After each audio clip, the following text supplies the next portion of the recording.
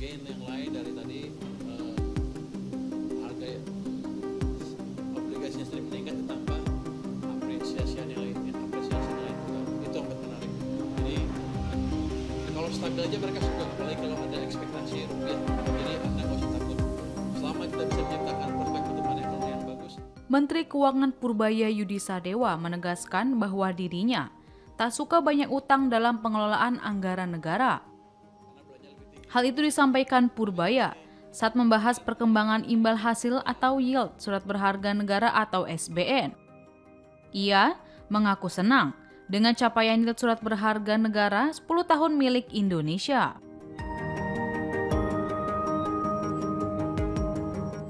Purbaya mengatakan ada penurunan dari 6,97% ke 6,09%.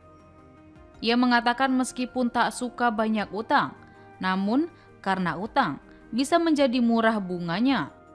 Kendati begitu, biaya membangun akan turun terus ke depannya. Di sisi lain, Dirjen Pengelolaan Pembiayaan dan Risiko Kemenkyu Suminto sebelumnya melaporkan posisi utang Indonesia per Juni 2025 tembus 9.138 triliun rupiah. Utang tersebut diketahui terdiri dari pinjaman dan SBN.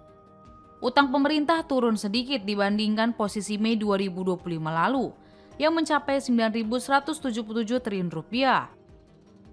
Walau demikian, beban di kuartal 2 2025 naik jika dibandingkan akhir tahun lalu, ketika posisi utang pemerintah 8.813 triliun rupiah.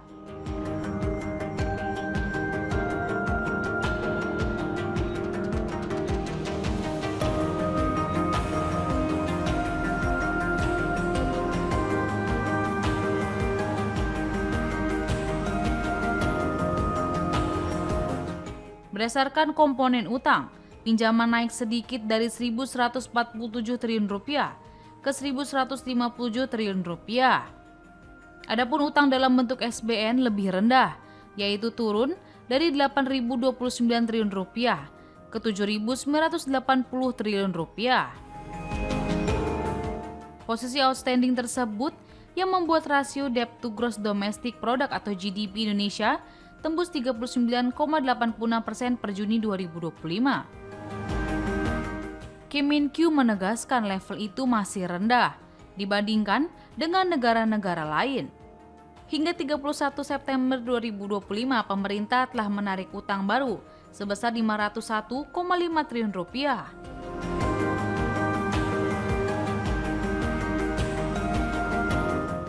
Utang tersebut digunakan untuk membiayai defisit anggaran pendapatan dan belanja negara atau APBN tahun ini. Di samping itu, Purbaya kembali menegaskan bahwa utang proyek kereta cepat Jakarta-Bandung atau WUSH tak bakal ditanggung APBN. Pasalnya, menurut dia, seharusnya utang WUSH ditanggung oleh Danantara sebagai lembaga pengelola perusahaan-perusahaan BUMN sudah mengambil lebih dari 80 triliun rupiah dividen BUMN. Sehingga Danantara semestinya menyelesaikan permasalahan dari dividen tersebut.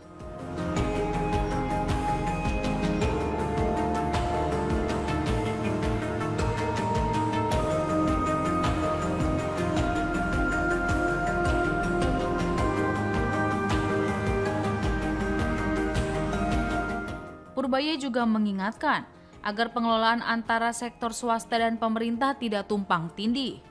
Menurutnya, skema pembiayaan proyek seperti WUSH harus jelas batasnya antara bagian yang menjadi tanggung jawab pemerintah dan yang dikelola secara komersial. Chief Operating Officer Danantara Doni Oskaria menyebut pihaknya tengah menyiapkan sejumlah skema restrukturisasi utang KCIC. Salah satu opsi yang dikaji adalah kemungkinan sebagian utang infrastruktur ditanggung oleh pemerintah melalui APBN.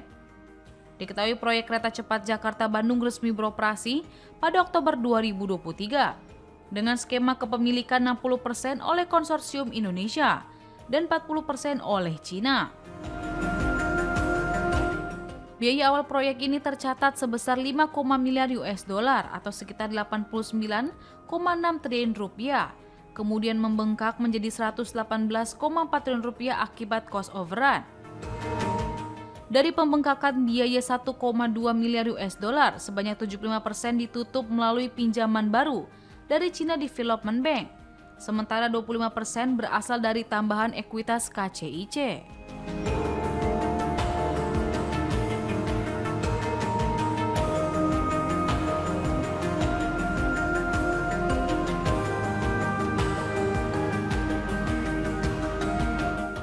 Tapi kalau ini kan kayak sisi di bawah Danantara kan ya. Kalau di bawah Danantara kan mereka udah punya manajemen sendiri, udah punya dividen sendiri yang rata-rata setahun bisa 80 triliun atau lebih. Harusnya mereka manage dari situ, jangan ke kita lagi. Karena kan kalau enggak ya semuanya ke kita lagi, termasuk dividennya.